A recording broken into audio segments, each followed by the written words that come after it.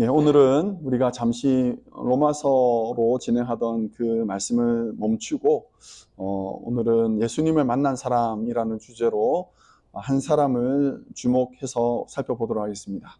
사마리아 여인입니다. 사마리아 여인을 만나신 예수님, 그리고 예수님과의 만남을 통해서 일어난 삶의 변화가 어떻게 진행되었는지 함께 살펴보시면서 우리도 그러고 싶습니다. 나도 그러고 싶습니다. 나도 예수님을 만나고 싶습니다. 나의 갈증을 해결하시고 나를 인도하시는 하나님, 그리고 나의 삶을 바꾸시어서 하나님께서 기뻐하시는 삶을 살아내는 그런 복된 성도 되게 하옵소서라는 소원이 우리에게 간절히 있기를 축원합니다. 복음은 힘이 있습니다. 복음은 능력이 있습니다.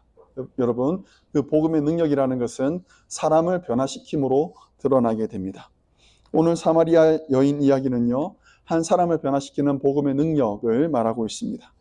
복음을 알고 있는 데에서 그치지 말고 복음의 능력을 경험하고 복음의 능력 가운데 살아가는 그런 저와 여러분이 되기를 주의 이름으로 축원합니다.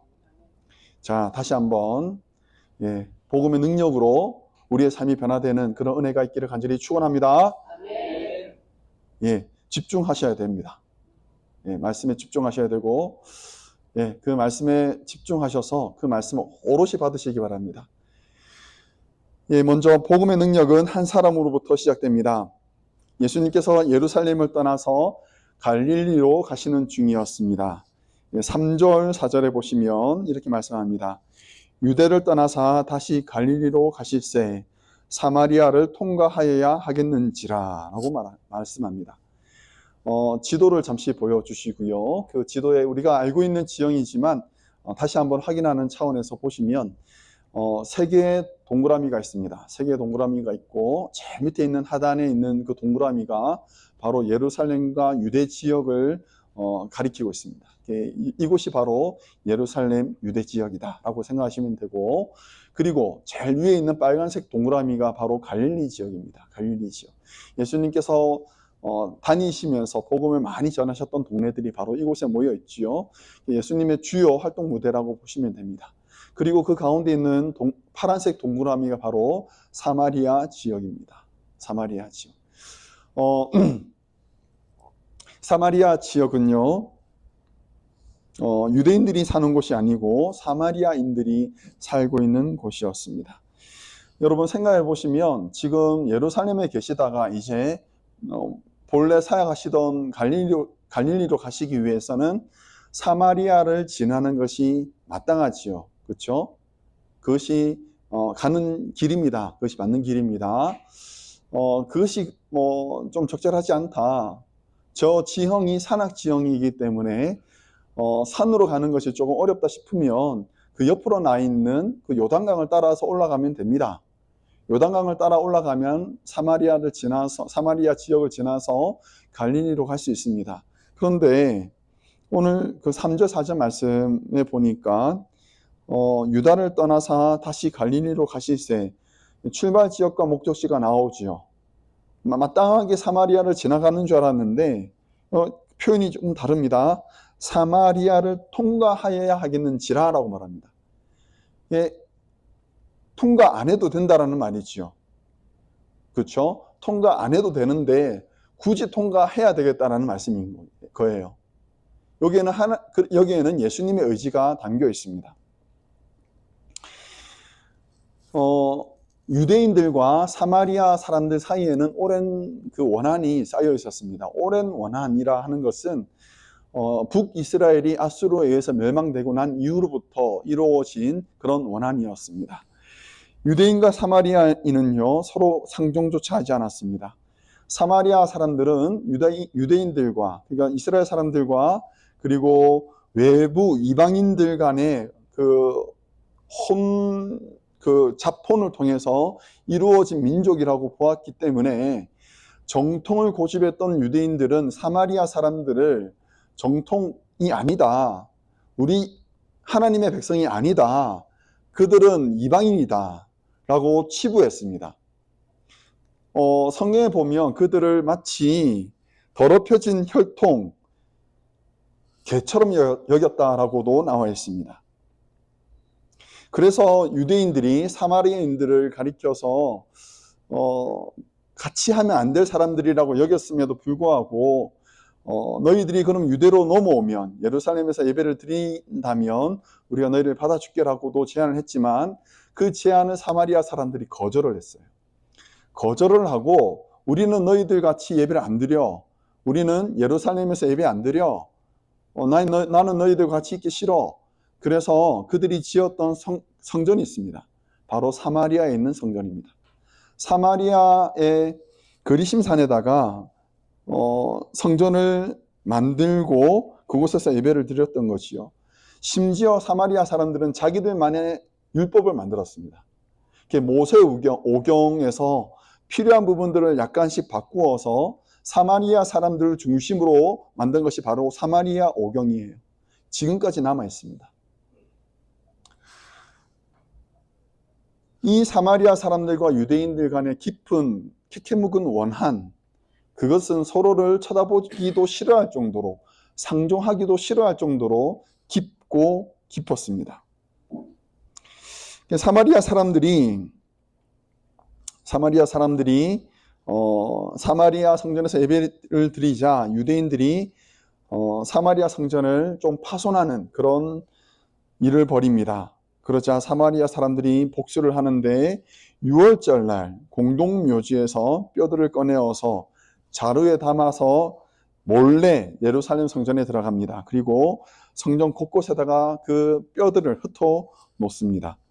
이 일로 인해서 가장 큰 명절이라 할 수 있는 6월절을 이스라엘 사람들이 들이시기 못하게 되는 초유의 사태가 벌어지게 되었습니다. 이것은 성경에 나오는 이야기가 아니고 역사가들이 하는 이야기입니다. 그런 원한이 있었던 거지요. 서로 간에 미워하고 서로 간에 적개심이 부릴 듯 일어나는 그런 일촉즉발의 상황이었습니다.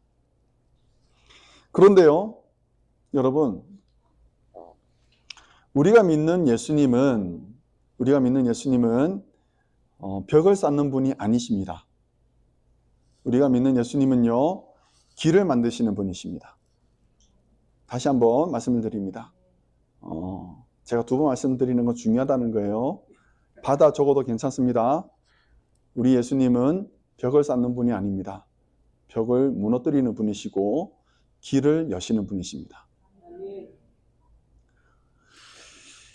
그래서 예수님은요, 유대인이신 예수님은 굳이 사마리아를 가셔야 했던 거예요.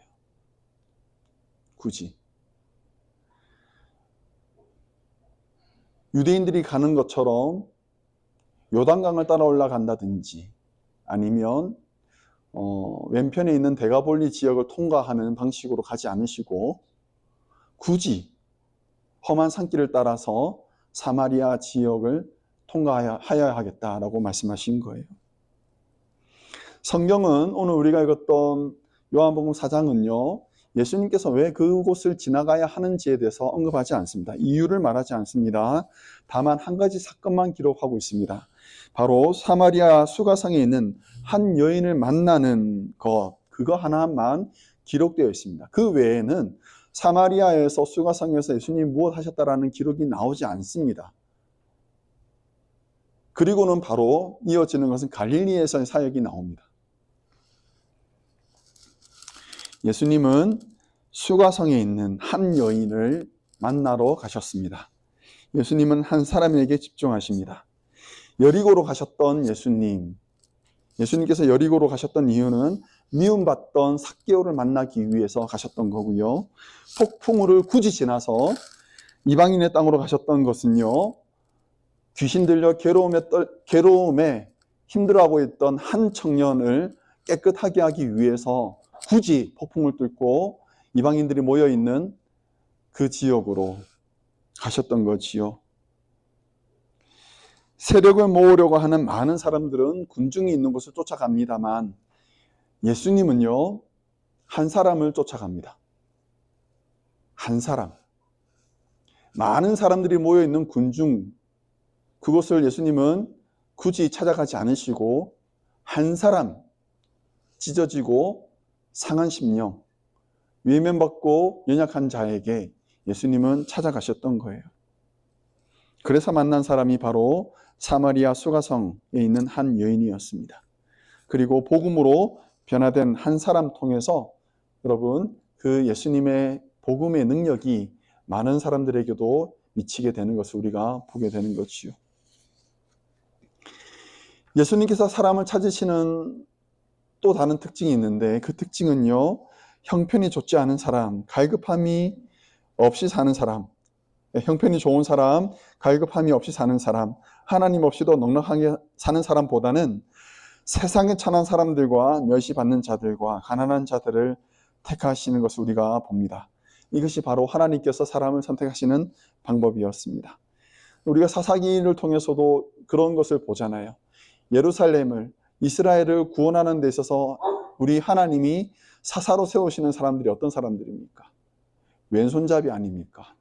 기생의 아들들 아닙니까? 세상에 그렇게 핍박받고 업신여김 받던 민족, 지파의 사람 아니었습니까?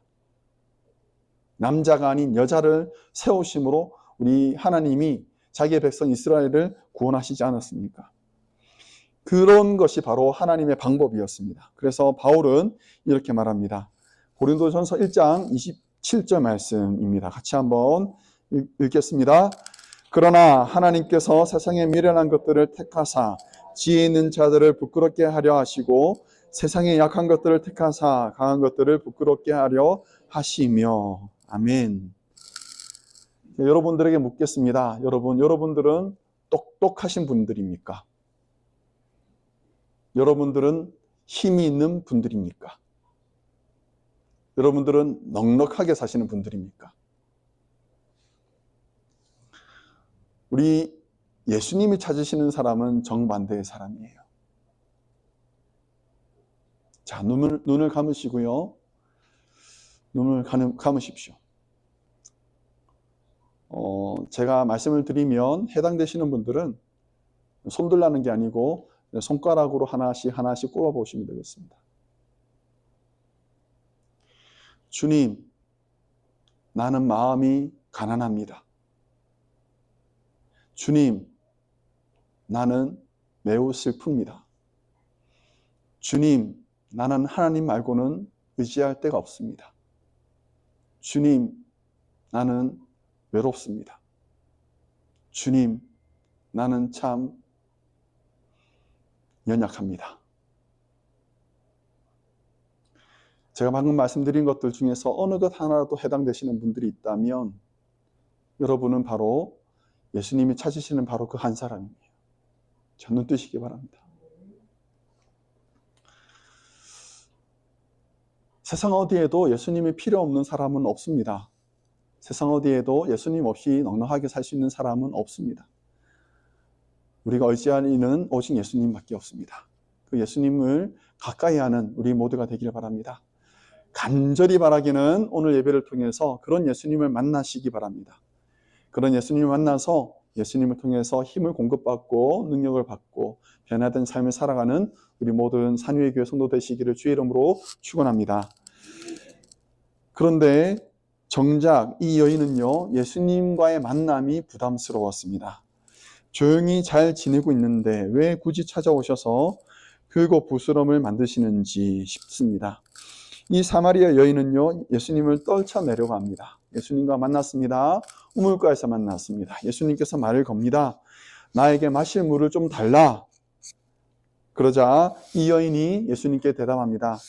당신은 유대인이면서 어찌 사마리아인인 나에게 물을 달라 하십니까? 라고 반문합니다. 싫다는 소리죠. 눈치가 있으면 이 자리에서 자리를 털고 나가야 되는데 예수님이 끊임없이 묻습니다. 내가 너에게 생수를 줄 수 있다. 이렇게 말씀하시자 여인이 말하기를 물 기를 그릇도 없으면서 어떻게 물을 줄 수 있습니까? 라고 핀잔을 줍니다. 유대인이고 남자인 예수님을 맞아들이기에는 이 여인이 좀 마음의 간격이 있는 거죠. 그래서 예수님을 멀리 하려고 했던 겁니다. 어쩌면 많은 사람들에게 오랜 시간 동안 상처를 받으면서 힘들어하고 있는 이 여인의 그 상처가 예수님을 차갑고 냉정하게 이렇게 몰아세우는지도 모릅니다. 이 정도 면막을 주었으면 자리를 털고 일어나야 되는데 예수님은 포기하지 않으십니다. 그러자 이 여인이 전혀 다른 주제로 이야기를 바꿉니다. 이렇게 말합니다. 우리 조상들은 이 산에서 예배하였는데 라고 말을 합니다. 말씀드린 것처럼 사마리아 사람들은 세겜 옆에 있는 그리심 산에다가 성전을 세웠고 유대인들은 예루살렘에서만 예배를 드렸습니다. 앞서 말씀드린 것처럼 유대인과 사마리아 사람들 간에 깊은 감정의 골이 있었습니다. 그런데 이런 감정의 골을 이해하고 이 여인이 사마리아 사람인 것을 우리가 충분히 이해함에도 불구하고 예수님과의 대화에서 여인이 우리 조상들은 사마리아에서 당신들은 예루살렘에서 예배를 드리지 않습니까? 라고 말하는 이 질문이 상당히 적절하지 않다, 이질감을 느끼게 한다라고 생각이 듭니다. 왜냐하면 이 여인의 지금 당장의 문제는 뭐냐? 나는 사마리아인이고 당신은 유대인이다. 내가 당신과 상종할 수 없다. 이것을 얘기하는 것이 지금 급한 일이 아니고 이 여인의 삶에 있는 깊은 문제들이 있잖아요. 사람들과 만날 수 없는 그 부끄러움이 있잖아요. 누구에게 드러내고 싶지 않은 상처가 있거든요. 그것이 깊어서 지금 해가 중천는 시간에 사람들이 나오지 않는 그 시간에 물길으로 일부러 나와서 몰래 물두고 들어가는 그 상황에서 나는 사마리아인이고 당신은 유대인인데 나는 그 그리심살에서 당신은 저 예루살렘에서 예배를 드리는데 하는 것이 전혀 어울리지 않다라는 거죠. 매일매일의 삶에 비참한데 예배 장소를 놓고 관심 있는 척, 영적인 척 하는 것이 아무래도 남의 옷을 입은 것처럼 어울리지 않아 보이는 것입니다. 그런데 여러분, 예수님은 이렇게 몰아세우는 이 한 영혼을 포기하지 않으십니다. 그리고 이 여인의 문제가 무엇인지, 깊은 갈증이 무엇인지를 파고 들어가십니다. 하나님이 찾으시는 것은 장소가 아니다. 참된 예배자다. 영과 진리로 예배하는 사람을 찾으신다. 그리고 한 사람, 이 여인에게 예수님은 집중하고 계십니다. 다윗이 이렇게 노래했습니다. 다윗의 시편 139편입니다. 이렇게 다윗이 노래했습니다. 하나님을 절대 포기하지 않는다라는 내용을 이렇게 노래합니다. 내가 주의 영을 떠나 어디로 가며 주의 앞에서 어디로 피하리까? 내가 하늘에 올라갈지라도 거기 계시며 수월에 내 자리를 펼지라도 거기 계시나이다. 내가 새벽 날개를 치며 바다 끝에 가서 거주할지라도 거기서도 주의 손이 나를 인도하시며 주의 오른손이 나를 붙드시리이다. 여러분, 하나님을 피해서 도망갈 수 있는 곳이 어디 있을까요? 하나님을 피해서 숨어 있을 곳이 어디 있을까요? 그런 순간이 잠시라도 있을까요? 내가 등을 돌려 하나님의 낯을 피한다 할지라도 하나님은 우리를 포기하지 않으십니다. 나는 하나님을 쳐다보지 않는다 할지라도 하나님은 우리를 여전히 쳐다보고 계십니다. 내가 주의 손을 놓았다 할지라도 주님은 우리의 손을 놓지 않으셨습니다. 우리 하나님은 절대 포기하지 않습니다. 여러분 돌이켜 보십시오. 여러분의 삶의 순간순간 동안 그토록 외롭고 힘들었던 그 시간에 하나님이 여러분을 포기하셨습니까? 하나님은 여러분들을 포기하지 않았습니다. 지금 내가 힘들고 어렵다 하여서 보이지 않으시는 하나님께서 나를 포기하신 걸까요? 그렇지 않다라는 거죠. 내가 미래를 알지 못한 두려움이 있다 할지라도 하나님 우리를 포기하실까요? 그렇지 않다라는 것입니다. 하나님은 절대 포기하지 않습니다.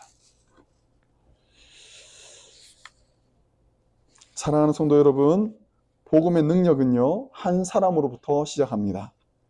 예수님께서 찾아오신 것이 불편하고 부담스러울 수 있습니다만 예수님은 결코 포기하지 않습니다. 그리고 복음의 능력으로 우리를 변화시키십니다. 바라기는 이 자리에 있는 우리 성도 한 분 한 분이 그런 예배자, 그런 성도 되시기를 주의 이름으로 간절히 축원합니다. 우리 옆에 분에게 이렇게 말씀드리겠습니다. 이렇게 고민합시다. 나로부터 시작합니다. 나로부터 시작합니다. 옆에 분에게 고민합시다. 나로부터 시작합니다. 예, 나로부터 시작합니다. 예, 변화의 시작이 바로 나로부터 시작되기를 간절히 축원합니다. 자, 우리 두 번째로 보는 것은 복음의 능력을 우리는 맛보아야 한다라는 것입니다. 복음의 능력을 맛본 사람이 그 능력을 전할 수 있습니다. 예수님께서 찾으신 한 사람은요, 인생에 문제가 많은 사람이었습니다. 유대인들로부터 천대받던 사마리아인이었고 사람의 수에 들지 못했던 여인이었습니다. 과거 5명의 남편을 두었던 부끄러운 과거가 있었던 죄인이었습니다. 죄인은요, 자신을 감추려 하지요. 아담과 하와가 죄를 범하고 하나님의 눈을 두려워하여서 숨었던 것처럼 우리 또한 죄를 범하면 숨으려고 합니다. 그래서 이 여인은요, 6시쯤, 즉 오늘 시간으로 정오 12시에 해가 중천에 떠 있는 그 시간에 물을 뜨러 굳이 우물가에 갑니다. 그러는 이유는 사람을 피하기 위해서였습니다. 그런데 원수는 어디서 만납니까? 그곳에서 예수님을 만났습니다. 예수님은 갈증을 말씀을 하십니다. 신문 기사에서 보았던 내용입니다. 현대인들은 탈수 증상을 겪고 있다라고 말합니다. 여러분은 탈수 증상을 겪고 있습니까? 오늘 아침에 물 마시고 오셨습니까? 여러분, 물 많이 마셔야 합니다. 물 많이 마시기 바랍니다. 굳이 의사도 아닌 제가 드리는 말씀이지만 이 말씀은 여러분의 건강에 도움이 된다고 저는 생각합니다. 오늘날 손만 뻗으면 물을 마실 수 있는 이런 현대에 무슨 탈수냐라고 말하겠지만, 여러분, 목이 마르다고 생각이 들면 물보다는 여러분 무엇을 마십니까? 이뇨작용을 일으키는 커피를 마시거나 녹차를 마십니다. 그렇죠? 이뇨작용이 뭡니까? 수분을 빼내는 거 아닙니까? 신기한 노릇이죠. 커피를 마셨는데 물이 나가는 거예요.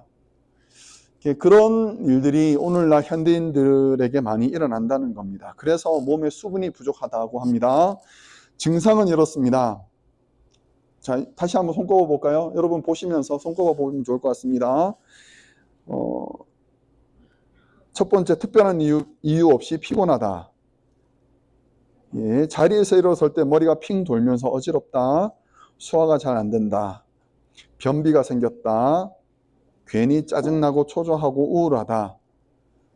얼굴이나 코가 자꾸 빨개진다. 누워도 잠이 잘 오지 않는다. 관절이 뻑뻑한 느낌이 들고 무릎이 아프다. 뱃살이 부쩍 늘어난다. 자, 저도 읽으면서 세어보니까는 상당히 많이 꼽히는데 여러분은 어떠신지요? 예, 굳이 저한테 알려주지 않으셔도 됩니다. 네, 그럴 때면 한번 물을 마셔보자는 거죠. 네, 극도로 피곤하고 몸이 처져 있을 때 물 한 잔 들켜보자는 거예요. 목이 마르면, 이런 증상이 있으면 물을 마셔야 되는데 커피를 마시고 홍차를 마시고 하니 만성 탈수 현상에 빠지게 되는 것입니다. 피곤한데 원인을 모릅니다. 소화가 안 되는데 원인을 모릅니다. 잠이 잘 오지 않는데 원인을 모릅니다. 뱃살이 느는데 원인을 모릅니다. 물을 마시면 되는데 말입니다. 이것이 오늘날 현대인들의 모습입니다. 항상 갈증이 허덕입니다. 그것을 해결하기 위해서 부자가 되려고 합니다. 그것을 해결하기 위해서 쾌락을 쫓습니다. 그 갈증을 해결하기 위해서 성공에 매진합니다.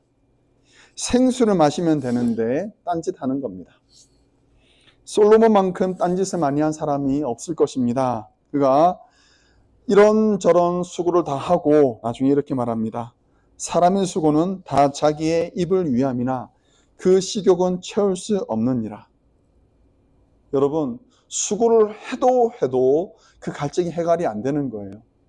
수고를 아무리 열심히 하고 아무리 많은 성공을 거두어도 내가 가지고 있는 원초적인 갈증은 해결이 안 되는 거지요. 그래서 그는 세상의 모든 수고를 헛되고 헛되며 헛되도다라고 말합니다. 나중에 전도서를 마치면서 솔로몬이 당부하는 것이 이것입니다. 너는 청년의 때에 너의 창조주를 기억하라. 청년의 때라는 것은 내가 아직 살아있을 때를 말합니다. 내가 아직 살아있을 때, 내가 아직 건강할 때, 무엇보다도 가장 중요한 것은 무엇이라고요? 너의 창조주를 기억하는 것. 예수님은 자기의 몸을 깨트리시면서 우리에게 생수를 주셨습니다. 그 생수를 마시면 우리가 가지고 있는 그 갈증이 해갈이 돼요.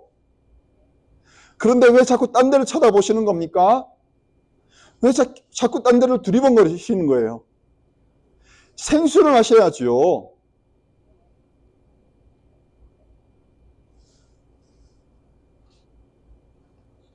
목이 마른 자는 예수님을 만나야 합니다. 자신의 갈증을 감추기 위해 여러 남자들을 만났던 이 여인은요, 생수 되시는 예수님을 만났습니다. 메시아, 곧 그리스도라 하느니 자신의 부끄러움을 꾸짖지 아니하시고 오히려 나의 갈증을 해결해 주시는 분, 오늘 우리가 만나야 할 분이 바로 이분 아닙니까? 예수님을 통해서 생수를 마시기 바랍니다. 그래서 나의 궁극적인 갈증을 해결하시는 복된 성도 되시기를 주의 이름으로 축원합니다. 자, 마지막으로 우리가 살펴보는 것은 복음의 능력을 맛본 성도의 변화된 삶이 무엇인지를 잠시 보겠습니다. 생명수 되시는 예수님을 만난 이 여인은요, 나중에 전혀 다른 사람이 됩니다. 28절 말씀 같이 읽겠습니다. 여자가 물동이를 버려두고 동네로 들어가서 사람들에게 이르되. 자, 28절에 보면 여인이 한 행동이 나옵니다. 자, 첫 번째는요, 물동이를 버려두는 행동입니다. 물동이를 버려두는 것. 물동이는 우물가에서 깊은 우물에 있는 그 물을 끌어내는 그런 역할을 하는 없어서는 안 되는 중요한 도구지요. 예수님께서 여인에게 나에게 생수를 달라 말씀하셨던 그 이유도 예수님에게는 물동이가 없었잖아요. 그래서 이 물동이는 매우 중요한 것입니다. 그런데 이 여인이 예수님을 만나고 나서 가장 먼저 하는 행동이 무엇이냐면 물동이를 버려두는 거예요. 물동이가 필요 없어졌나요? 저는 나중에 어쩌면 이 여인이 물동이 찾으러 다시 우물에 왔을 수도 있다고 생각합니다. 물을 마셔야 되니까 나중에 우물물을 마셔야 되잖아요. 그런데 이 본문이 말씀하는 요지가 무엇입니까? 물동이보다 더 중요한 분을 만났다라는 거예요. 이 물동이보다 더 귀한 분을 만난 거예요. 우선순위가 바뀐 겁니다. 예수님을 만났던 사람들은요, 자기의 것을 던져버리고 예수님을 따랐습니다. 갈릴리 어부였던 베드로와 안드레, 야고보와 요한은 예수님을 만나고 나서 그들의 배와 그들과 함께 일하고 있던 어부들과 심지어는 아버지까지 버려두고 집을 버려두고 그들은 예수님을 따라갔습니다. 바울은 예수님을 만나고 난 이후에 자기가 자랑했던 그 모든 것들은 무엇이라고 여겼다고 말합니까? 배설물이라고 여겼다고 말합니다. 그것이 하찮은 것입니까? 아닙니다. 귀한 것입니다. 쓸모 있는 것들입니다. 자신이 가지고 있는 삶의 배경, 학력의 배경, 그 신분의 배경, 이 모든 것들이 중요한 것들이에요. 그러나 그것보다 더 중요한 것이 생긴 겁니다. 누굽니까? 예수 그리스도. 그래서 바울이 뭐라 말합니까? 나는 예수 그리스도 외에 자랑할 것이 없노라라고 말하지 않습니까? 우선순위가 바뀌는 것입니다. 우선순위. 갈라디아서 2장 20절에서 이렇게 말합니다. 같이 한번 말씀 읽겠습니다. 갈라디아서 2장 20절입니다. 내가 그리스도와 함께 십자가에 못 박혔나니 그런즉 이제 내가 사는 것이 아니요 오직 내 안에 예수께서 사시는 것이라. 이제 내가 육체 가운데 사는 것은 나를 사랑하사 자기 몸 버리신 예수 위에 사는 것이라.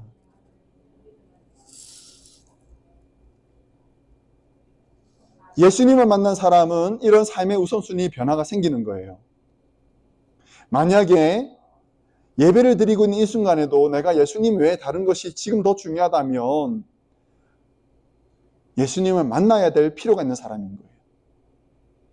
예수님을 만나야 되는 거예요. 예배 드리는 것보다 더 소중한 것, 예배 드리는 것보다 더 귀한 시간이 있다면 예수님을 더 만나야 되는 거예요. 예수 위에 삽시다. 내가 살아도 주를 위해서 살고 죽어도 주를 위해서 죽읍시다. 나의 욕심을 내려놓고 나의 방법을 내려놓고 예수님을 구합시다. 그것이 우리가 해야 될 일 아니겠습니까?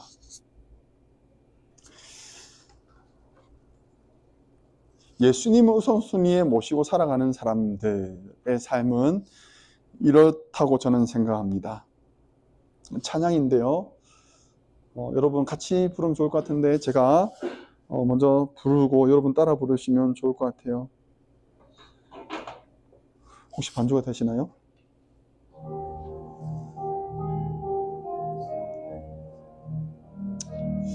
예, 한번 같이 불러보겠습니다.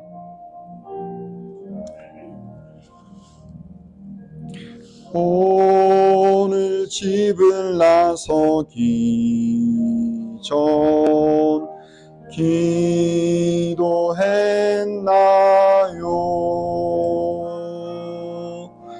오늘 받을 은총 위에 호소했나요? 기도는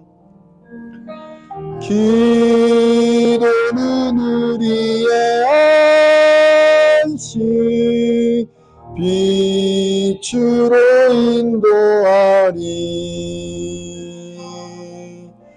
앞이 캄캄할 때 기도 잊지 마. 마음에 분노 가득할 때 마음에 분노 가득할 때 기도했나요?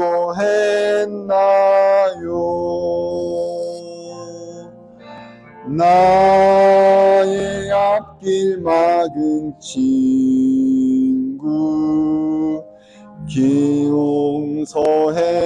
어려운 시험 당할 때 기도했나요? 어려운 시험 당할 때 기도는 우리의 안식 빛으로 인도하리. 앞이 캄캄할 때 기도 잊지 마. 우리 마지막으로 3절입니다. 어려운 시험 당할 때 어려운 시험 당할 때 기도했나요?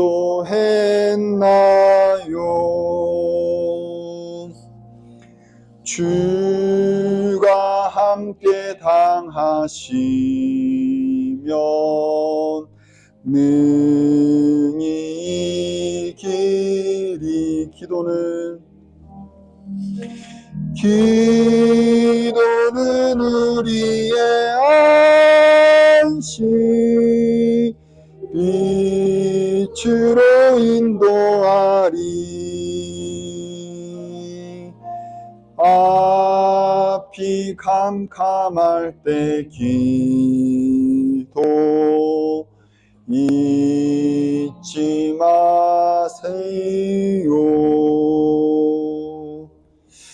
아멘. 나의 물동이를 버려두고 그 자리에서 기도하는 것, 매사에 예수님을 구하는 것, 어떤 형편에서든지 예수님께 집중하는 것, 그것이 바로 변화된 성도의 모습입니다. 사마리아 여인이 보여주었던 모습은요, 자기의 물동이를 버려두고 마을로 돌아가는 것이었습니다. 자신을 향해서 손가락질하던 사람들, 마치 자기를 더러운 물건처럼 여기던, 그래서 자기에게 말조차도 걸지 않았던 사람들에게 달려갔습니다. 변화의 맛을 본 이 여인은요, 자기의 부끄러움에서 눈을 돌려 아직 메시아를 만나지 못한 이들을 불쌍히 여기는 그런 자리에까지 가게 됩니다. 다른 사람들의 부귀와 성공을 보면서 여전히 갈증을 느끼는 것이 아니라 여전히 헛수고하며 인생을 허비하는 자들을 불쌍히 여기는 눈을 가지게 되는 것, 이것이 바로 생명수를 맛본 사람들, 예수 그리스도를 만난 사람들, 그래서 예수님을 전하지 않으며 몸에 불이 붙는 것 같아서 괴로워하는 사람들, 이것이 바로 복음을 맛본 사람들의 모습입니다. 이 여인의 인도로 사람들이 예수님께 나와왔습니다. 정오의 열기도 막지 못했고요, 동네를 벗어나는 번거로움도 마다하지 않고 수가성 사람들은 예수님의 말씀을 듣게 됩니다. 동네 사람들은 예수님을 붙잡고 이틀을 더 유하시라 청하면서 예수님의 말씀을 듣습니다. 그리고 그들 모두가 믿는 사람이 되었습니다. 다니엘서는 이렇게 말씀합니다. 많은 사람을 옳은 대로 돌아오게 하는 자는 별과 같이 영원토록 빛나리라. 이 별이 사람들이 보기에 밝은 별이겠습니까? 하나님 보시기에 존귀한 자들이란 뜻 아니겠습니까?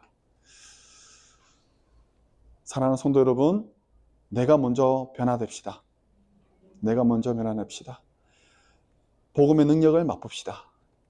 그래서 내가 변화되고 복음의 능력을 맛보고, 그래서 그 복음의 능력으로 다른 이들에게까지 내가 맛본 예수님을 증거하는 복음의 능력을 살아가는 복된 성도 되시기를 주의 이름으로 간절히 축원합니다.